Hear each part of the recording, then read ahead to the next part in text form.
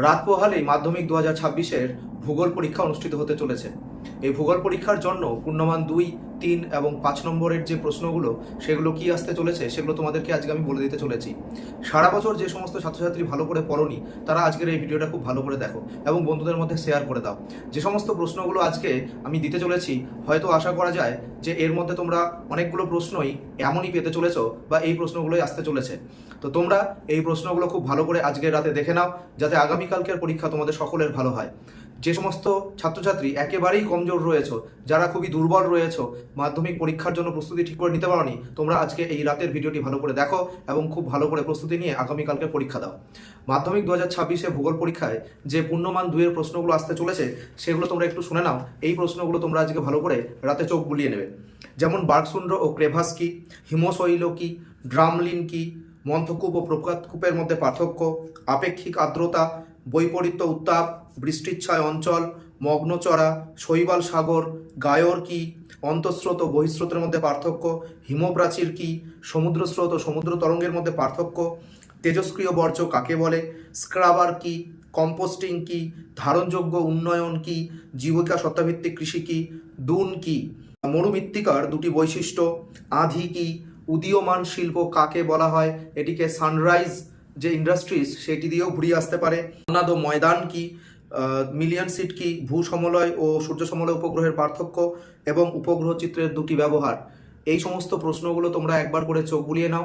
এর মধ্যে থেকেই কিন্তু পূর্ণমান 2 এর প্রশ্ন তোমরা পেয়ে যাবে।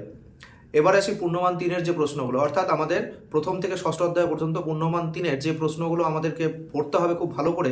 আজকে রাতে যে প্রশ্নগুলো আমরা খুব ভালো করে দেখব সেগুলো হলো অনুদৈর্ঘ্য ও তির্যক বালিয়ারির মধ্যে পার্থক্য, নদী উপত্যকা ও হিমবাহ উপত্যকার মধ্যে পার্থক্য, যেটি আই এবং ইউ আকৃতির উপত্যকার মধ্যে পার্থক্য দিতে পারে, বদ্বীপ গড়ে ওঠার 3টি অনুকূল পরিবেশ, সমুদ্রবায়ু ও স্থলবায়ুর মধ্যে পার্থক্য, মরু অঞ্চলে বায়ুর কাজের প্রাধান্য বেশি দেখা যায় কেন, মৌসুমী বায়ুর উপর জেট বায়ুর প্রভাব, ট্রোপোস্ফিয়ারের উচ্চতা বৃদ্ধির সাথে সাথে উষ্ণতা হ্রাস পায় কেন, জৈব ভঙ্গুর ও জৈব অভঙ্গুর বর্জ্যের মধ্যে পার্থক্য লেখো, বর্জ্য ব্যবস্থাপনায় শিক্ষার্থীর ভূমিকা, খুব ইম্পর্টেন্ট প্রশ্ন, বর্জ্য ব্যবস্থাপনার প্রয়োজনীয়তা বা গুরুত্ব লেখো, পশ্চিমবাহিনী নদীগুলির মোহনায় বদ্বীপ গড়ে ওঠেনি কেন, বা প্রশ্নটি ঘুরিয়ে আসতে পারে, নর্মদা ও তাপ্তি নদীর মোহনায় বদ্বীপ গড়ে ওঠেনি কেন, ভৌমজলের অতিরিক্ত ব্যবহারের ফলে যে সমস্যা বা কুফলগুলো সেগুলি লেখো, পূর্বঘাট ও পশ্চিমঘাট পর্বতমালার মধ্যে পার্থক্য লেখো, ভূ বৈচিত্র্যসূচক মানচিত্র ও উপগ্রহ চিত্রের মধ্যে পার্থক্য লেখো, উপগ্রহ চিত্র প্রস্তুতের পদ্ধতিগুলি লেখো এবং ভূ বৈচিত্র্যসূচক মানচিত্রের বৈশিষ্ট্য।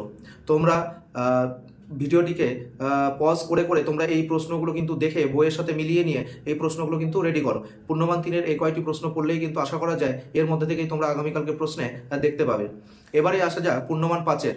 তোমরা সবাই জানো পূর্ণমান 5-এর জন্য প্রথম, দ্বিতীয় এবং তৃতীয় অধ্যায় থেকে 4টি প্রশ্ন থাকে, সেখান থেকে তোমাদেরকে 2টি প্রশ্নের উত্তর করতে হয়। তো এই 4টি প্রশ্নের জন্য আমরা কি কি প্রশ্ন পড়ব সেটা তোমরা দেখে নাও। যে শুধুমাত্র প্রথম অধ্যায়ের জন্য আমি 2টো প্রশ্ন দিচ্ছি। তোমরা নদীর সঞ্চয় কার্যের ফলে সৃষ্ট 3টি ভূমিরূপ চিত্র সহ এবং বায়ু ও জলধারার মিলিত কার্যের ফলে সৃষ্ট যে কোনো 3টি ভূমিরূপের চিত্র সহ এই 2টো প্রশ্ন প্রথম অধ্যায়ের জন্য তোমরা ভালো করে প্রস্তুতি নাও।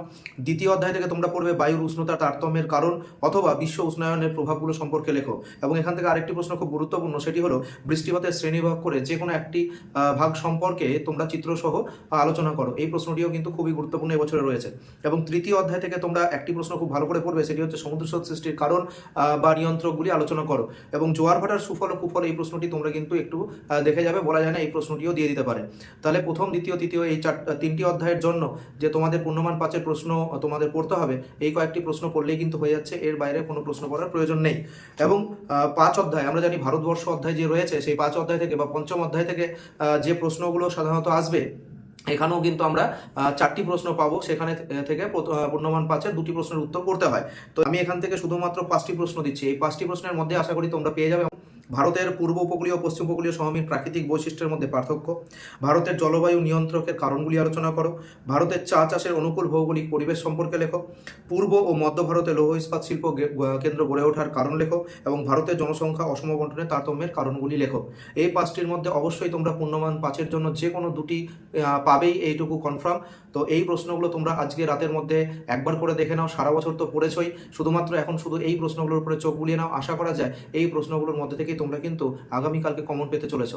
ভিডিওটিকে শেয়ার করে দাও যেন তোমাদের বন্ধুরাও এই কমনগুলো বা সাজেশনগুলো পেয়ে যায় এবং আজকের রাতে আগামীকালকের জন্য প্রস্তুতি নিতে পারে।